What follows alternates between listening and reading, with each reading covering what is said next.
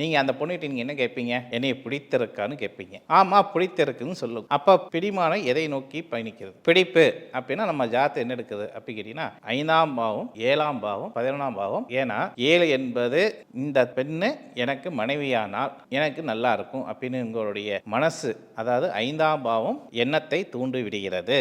என்ன நீ உனக்கு பிடித்திருக்கா அப்படின்னு சொல்லக்கூடிய வார்த்தை மூலமாக 7ஆம் பாவம் உங்களை கவருகிறது. 2 பேர் இணைந்து வாழ்க்கையில சந்தோஷமா இருக்கும் அப்படின்னு எண்ணம் உங்களுக்குள்ள உதயமாகுதா அப்படின்னா அது 11ஆம் பாவம் சொல்லக்கூடிய பாவமானது பலமா இருக்கு. அப்போ 5ஆம் ஸ்தானம் அதிபதி யாரா வேணா இருக்கலாம். 9 கிரகங்கள் 5ஆம் பாவம் உங்களுக்கு வலு இருக்கான் அப்படின்னு நம்ம தெரிஞ்சுக்கலாம். ஏன்னா ஒருத்தரை பார்த்தருமே நமக்கு பிடிச்சிருக்கு அப்படின்னு எண்ணங்கள் மனசுக்குள்ள பதிய வச்சுட்டாவே அங்க 5ஆம் ஸ்தானம் அதிபதி உங்களுக்கு ஆட்சி கொண்டிருக்கிறார் அல்லது உச்சம் கொண்டிருக்கிறார் அல்லது 5ஆம் ஸ்தானத்துக்கு அதிபதியானுடைய தசாநாதன் போகும் அல்லது புத்திநாதன் போகும் அப்படின்னு நம்ம சொல்லலாம்னா நிச்சயம் சொல்லலாம். சரி, இப்போ நீங்க எந்த ஸ்தானத்துல இருந்து நீங்க எண்ணத்தை உதயம் பண்றீங்க அப்படின்னா, இப்போ ஒருத்தருக்கு கோயில்ல எந்த ஒரு நல்ல விஷயமானாலும் நான் கோயில் மூலமாக நான் இப்போ ஒரு முடிவு எடுக்கிறேன், எனக்கு இந்த பொண்ணு என் வாழ்க்கை துணையாக வரணும், இல்லை இந்த பையன் எனக்கு வாழ்க்கை துணையாக வரணும்னு